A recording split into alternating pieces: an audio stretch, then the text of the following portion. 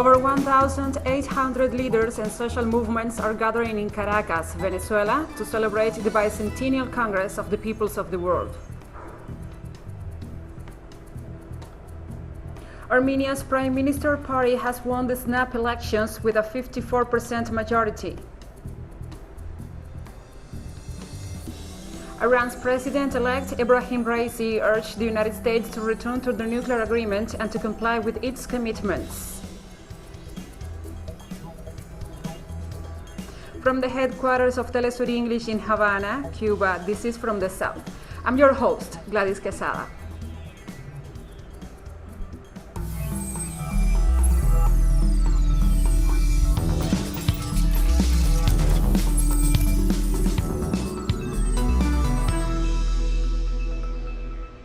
Over 1,800 leaders and social movements from more than 160 countries are gathering as of Monday in Caracas, Venezuela.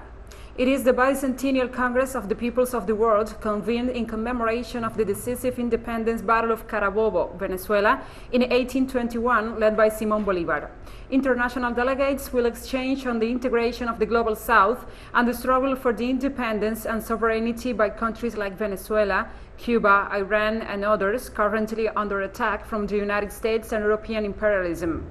The Congress is being coordinated by the Sao Paulo Forum, an international group of left-wing and progressive Latin American parties and movements. It will meet both in presential and virtual formats from Monday, June 21st through Thursday, 24th of June.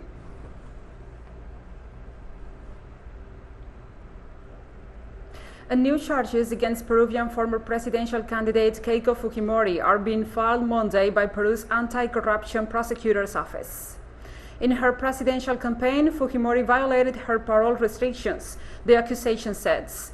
Fujimori is facing a potential 30-year jail sentence for corruption and money laundering in the case labeled Lava Jato, comprising large-scale bribery operations of Brazil's construction concern Odebrecht. The judiciary released Fujimori on bail in May 2020. Now, prosecutor José Domingo Pérez, member of the Lava Jato special team, says she has met with key witnesses of the case, who are members of the Popular Force Party, which was explicitly forbidden by her parole. Fujimori is still fighting to reverse the presidential elections results of June the 6th, in which Pedro Castillo beat her by a narrow margin.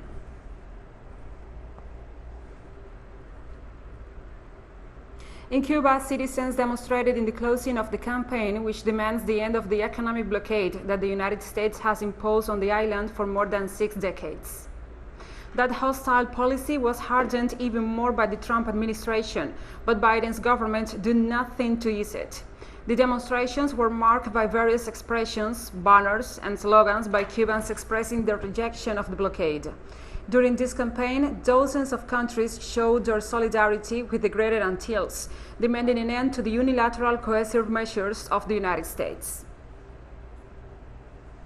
I am demonstrated by most of Cuban and all those who are present here once again rejecting the blockade that has done so much damage to our revolution. Year after year, it tries to crush us, tries to put one foot on top of us, and well, I think this is our answer, our way to saying that once again we are going to go forward in spite of it. Indigenous peoples of South America celebrate their new year or new cycle on June 21st, the winter solstice in the southern hemisphere. June 21st is the shortest day of the year for the southern hemisphere, but also marks the return of the sun. The Aymaras call it Huila Curi or Mashak Mara, and the Mapuche people Huitripantu in their lunar calendar. The event also marks a new agricultural cycle. It is customary for thousands of people to gather in Bolivia's Tiwanaku ruins in the La Paz jurisdiction near Lake Titicaca to commemorate the holiday, issued as intangible cultural and historical heritage of Bolivia in 2005 by former President Carlos Mesa. Later, on 2009, Evo Morales made every June 21st a national festivity. The current anniversary is marked by the end of the illegitimate government of Yanine Áñez in Bolivia and the restoring of the peace with the presidency of Luis Arce after democratic elections.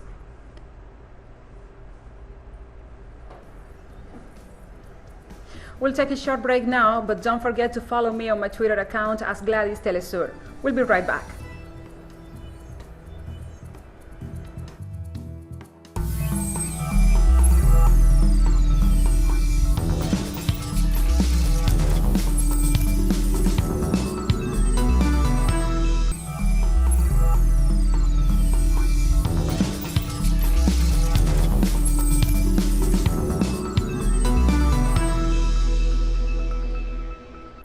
Welcome back to From the South. Armenia's Prime Minister Party's civil contract has won the snap elections held on Sunday with a 54% majority, according to the Electoral Commission. Armenia's acting Prime Minister Nikol Pashinyan called for the vote amid the crisis triggered by the country's defeat in a war with Azerbaijan over the Nagorno-Karabakh region last year. The opposition Armenia alliance, led by ex-president Robert Korashian, is a distant second with 21%. The coalition said it will not recognize Pashinyan's victory, alleging widespread fraud.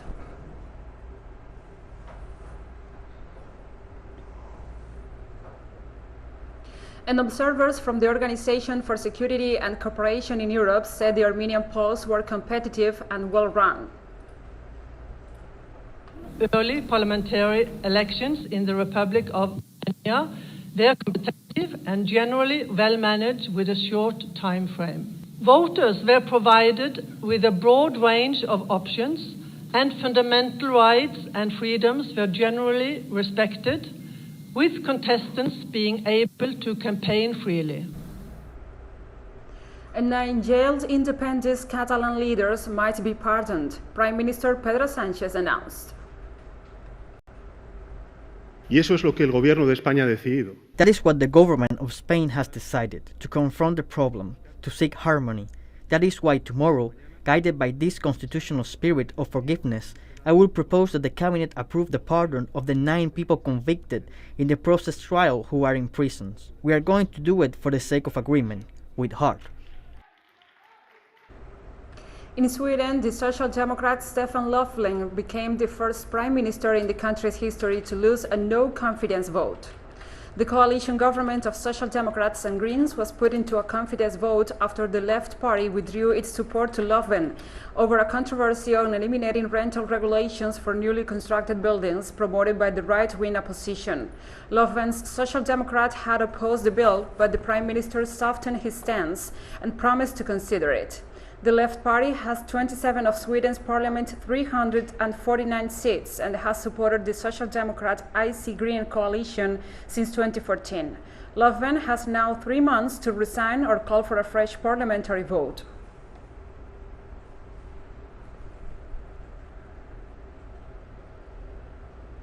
Over 100 members of Turkey's People's Democratic Party heard this Monday an indictment seeking to ban the pro-Kurd organization from political life.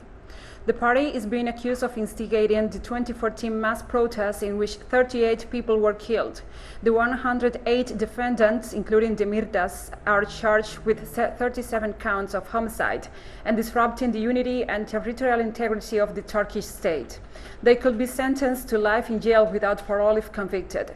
The party has been charged of links with the outlaw communist-leaning Kurdistan Workers' Party of Abdullah Öcalan, which seeks independence from Turkish Kurds, whose language and culture has been systematically denied by Ankara.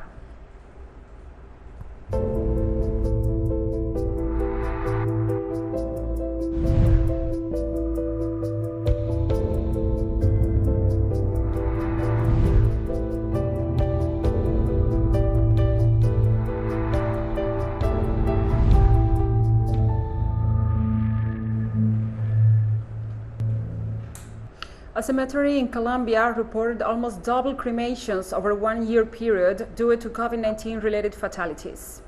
The privately owned Campo de Paz burial ground reflects Colombia's sanitary situation as a whole. The country is facing its highest coronavirus peak so far, with over 24,000 cases emerging daily since June 9th. Only in June 20th, 599 fatalities. Similar daily numbers have been registered since May 2021. Regarding COVID services, the increase is much higher, since in that period of time from January to May 2020, we had 4 services, while we had 246 services this year. Of course, it's really worrying, because you have kids and a wife, a home, and maybe you'll take the infection home. You get worried about that. At the beginning, it was more stressful, but now we are adapting to the environment and you manage it with more calm. The United Kingdom has seen a continuous increase of its vaccination rate, while the number of deaths nationwide from COVID-19 has remained at a low level. More than 42.9 million people have been given their first jab of the coronavirus vaccine across the country, while over 31.3 million people have been fully vaccinated with a second dose. The number of people vaccinated in the UK accounted for over 60% of the total population. Government authorities announced that as the Delta coronavirus strain spreads rapidly in some parts of the country, England will postpone lifting the final phase of the COVID-19 lockdown restrictions for 4 weeks.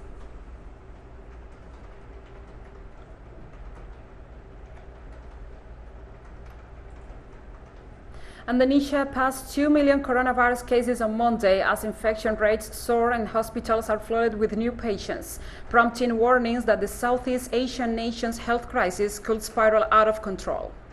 The grim milestone comes after daily cases doubled in recent weeks and authorities identified the presence of highly infectious COVID-19 variants. Despite the high figure, there is a suspected undercount due to low testing and contact tracing, with some experts saying that official cases may only be about 10% of the real number. Case numbers are spiking as Indonesia grapples with new virus strains, including the highly infectious Delta variant first identified in India. The rise has also been blamed on millions traveling across the Muslim-majority nation at the end of Ramadan, despite an official ban on the date migration. In my opinion, this is worrying. We as good citizens must follow government's orders to obey health protocols. We must not forget to keep social distancing, wear masks, clean hands, and avoid crowds. The government must be more strict in upholding their own rules. Implementation of regulations must be monitored. The government should not just issue regulations, but lacking comprehensive enforcement. And up to 10,000 domestic fans will be allowed at Tokyo Olympic events, the Japanese government announced on Monday. The decision could be reversed in case of COVID-19 infections surge again. The Tokyo 2020 Summer Games were postponed last year due to the pandemic. In spite of head sanitary debate, Japan decided to hold the tournaments this year from July 24th through August 8th. In light of the Japanese government's restrictions on public events, the spectator limit for the Olympic Games will be set at 50% of venue capacity, up to a maximum of 10,000 people in all venues. If there should be major dramatic change in the inflation situation, we may need to revisit this matter amongst ourselves, and we may need to consider the option of having no spectators in the venues. And we have more news coming up after this final short break, so stay with us.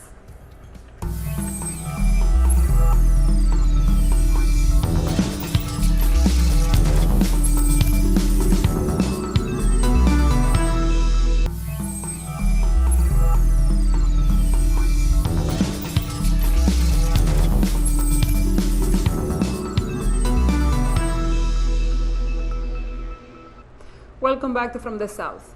Iran's president-elect Ebrahim Raisi emphatically urged the United States to return to the nuclear agreement and comply with its commitments. In his first press conference after winning Friday's elections, President-elect Ebrahim Raisi reaffirmed Iran's stance vis-à-vis the nuclear agreement negotiations. The United States must remove sanctions and return to the deal before Iran reviews its countermeasures. He said the European Union also failed to comply with its obligations after former U.S. President Donald Trump skipped the deal in 2018. Part of the so-called principlist political faction, President Raisi won Friday's presidential elections, beating 3 other candidates from the reformist camp. Raisi pledged to bring back the last public trust in the Iranian government.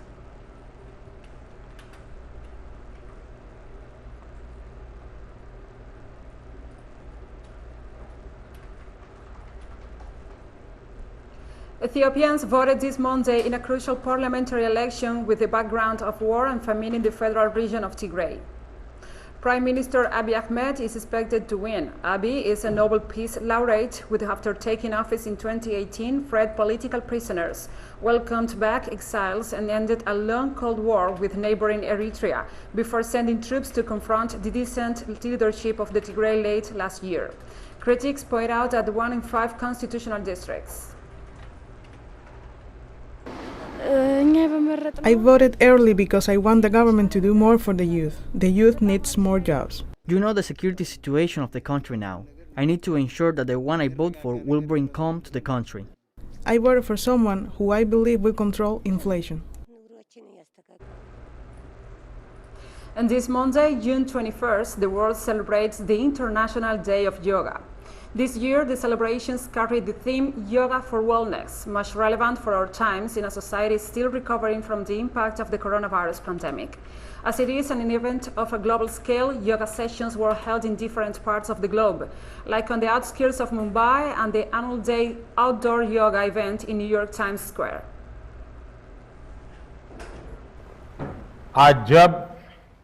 Today, when the whole world is fighting the coronavirus pandemic, yoga has offered a ray of hope.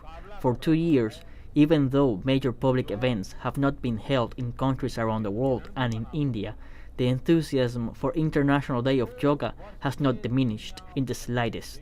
Despite the coronavirus pandemic, the theme of this year's International Day of Yoga, Yoga for Wellness, has increased the enthusiasm for yoga among millions of people.